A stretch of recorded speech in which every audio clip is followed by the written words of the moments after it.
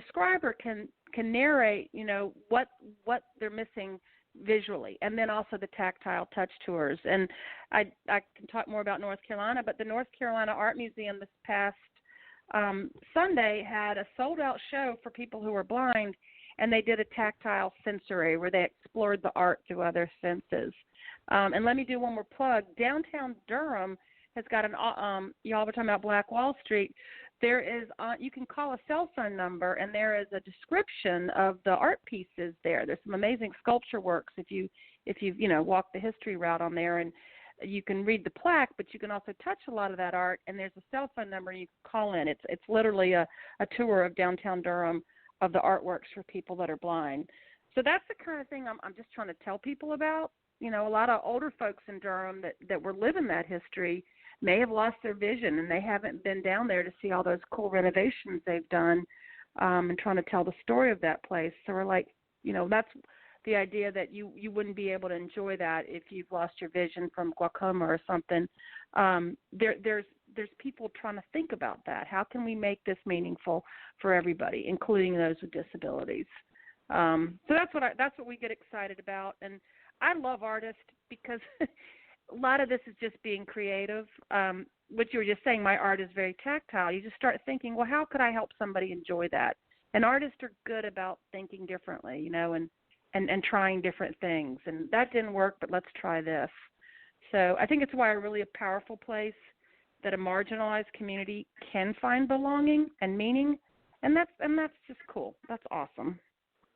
Definitely. And for all four of you, I was just wondering, because I would think of all four of you as art advocates. So what kind of role do you think art plays in advocacy, and how did you get involved in art as an advocacy tool? Because, like I said, you're definitely advocating for those with disabilities. I imagine you're also advocating for artists that have disabilities as well. And then definitely, as I mentioned in y'all's introduction, that's what I've always considered you, Teli and Aya, as being not just great artists and great performers, but y'all are also advocates in the community. And I've just met you online, Judy. But just how did you get involved in the advocacy part of it, and how important is that to you? And let's see, we'll start off with you, Aya, and then I'll work around roundtable wise. Yeah, so for me, it's about being responsive to community. I am absolutely committed to whatever community is that I find myself in. And so when I first came to Durham, understanding where it was that I now was living was super important to me. And so whatever I do is going to be informed by that community and the needs of that community.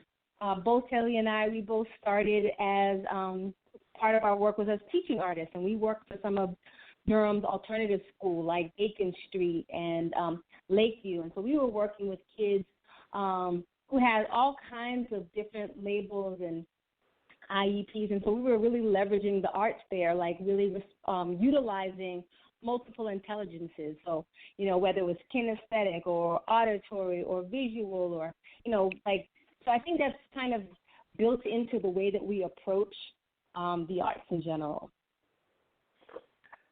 And what about you, Betsy? How did you get involved as an advocate for artists? And I don't know, are you an artist yourself of any means? No, I play one on TV. Ha ha. No, I am a recreation therapist. So my history. I love y'all talking about new people coming to Durham.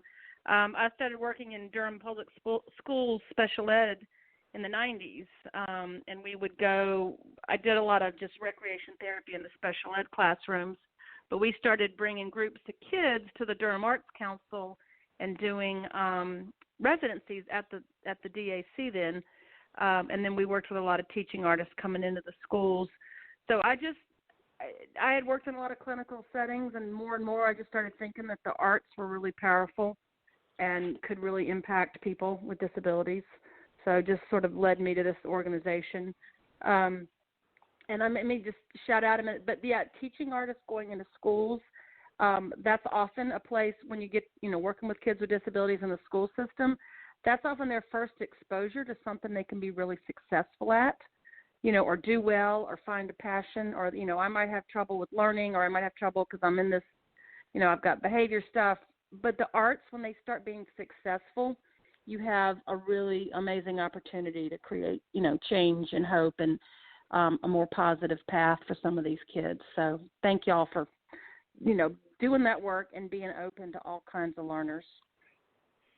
Yeah, one of the things, and I want to hear from Teli as well, but one of the things that I've always been amazed by is I have a good friend, Gary Messenger, who's a musician, but his son actually has autism, so they are very much involved with Bright Star, which is a stable, which is not necessarily using arts, but they're using horse riding as a way to get these kids engaged cool. and involved in society, and that's right here in Durham. So I know I just saw a post on Facebook, I think it was yesterday or Saturday, where he had just gone on a ride with one of the horses out there at Bright Star, which is out in like the county part of Durham.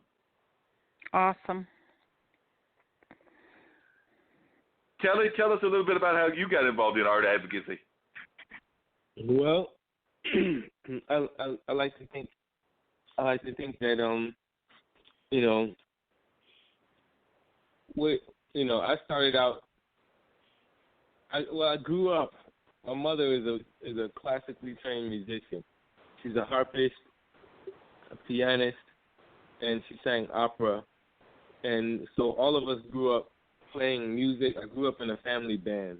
So music was always around me. But as I got older and began to teach more, I realized that, in Africa, the arts are, everything in the arts has a meaning, it has a purpose. It has a use in the society. And so there's the aesthetic part of art. It's beautiful.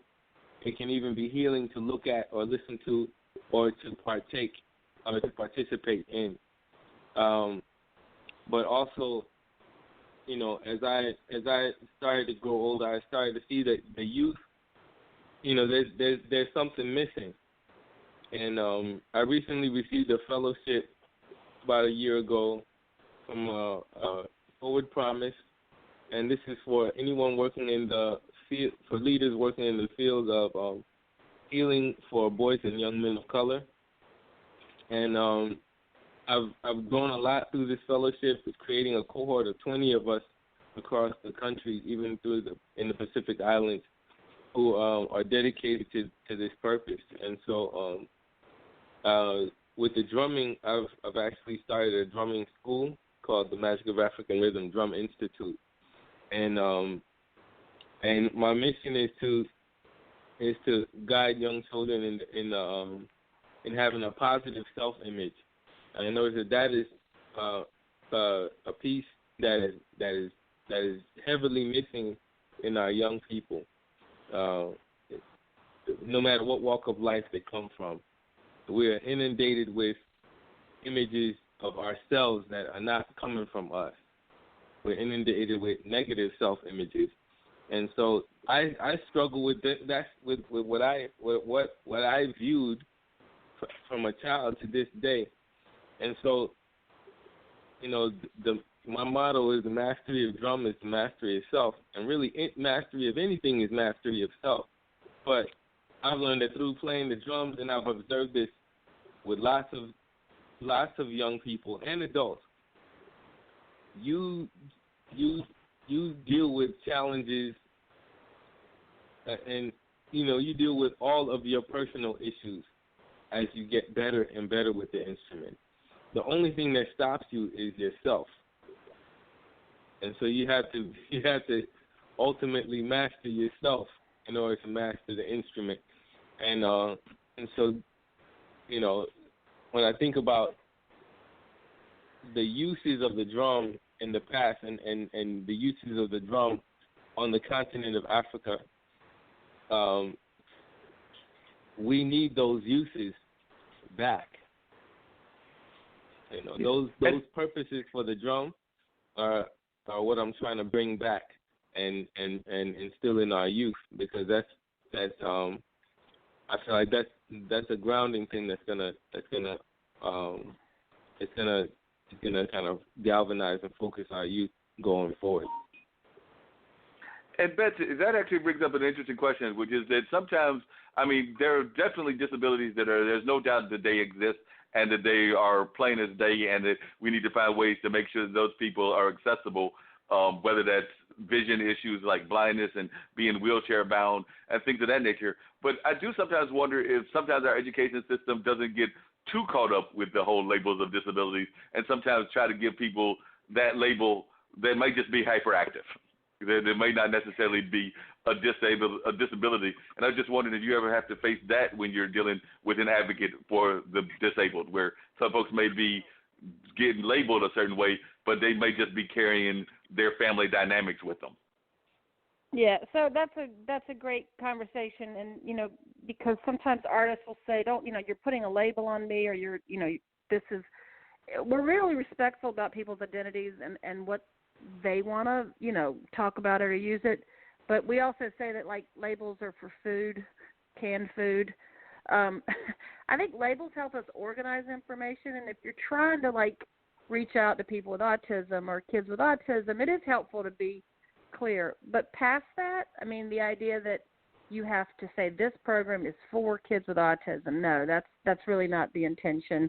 And then I think labels are just helpful for information and planning.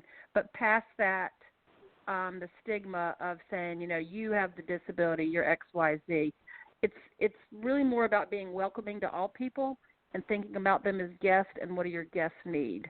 So maybe your guests, need physical access because they use a wheelchair, but that's just good for everybody. So it's an interesting when you get into marketing. Like people are like, what do I say? How do I talk about this? And it's really just, be respectful, be courteous, but let people tell you what they need. And you don't have to create separate programs, but you make sure that you're putting out the message that everybody's welcome. If you have questions about accessibility and access, call us. It's not about here's a program for kids with spina bifida.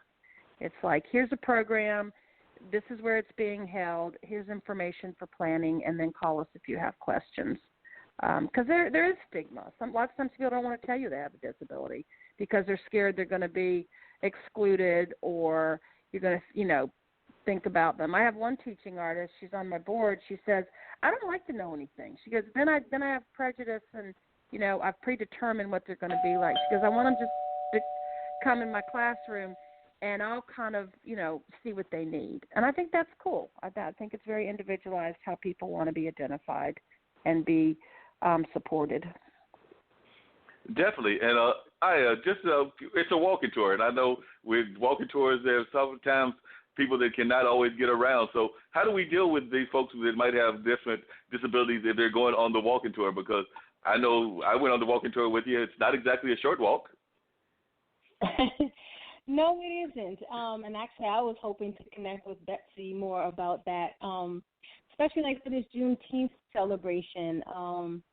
We're going to be walking, and it's not a long walk, but from Hayti to downtown. And the idea is for community to be reclaiming their neighborhood, reclaiming their history, and yet there are going to be folks in our community who are not going to be able to participate because they won't be able to do the walk. And so I was working with a group called Safe Routes to Parks to figure out, like, what are they talking about? How are they making these walkable routes accessible really for everyone? And so we did a community walk audit, kind of wanting to identify a safe way for folks to walk from Hayti to Black Wall Street Gardens. And so we began to identify, looking at curbs and looking at how long the crossing lights are and the rails across, the highway bridges and things of that nature. So I'm beginning to awaken to that. I do not yet know how to make it accessible for folks who, just don't have the same kind of mobility with their legs that I do.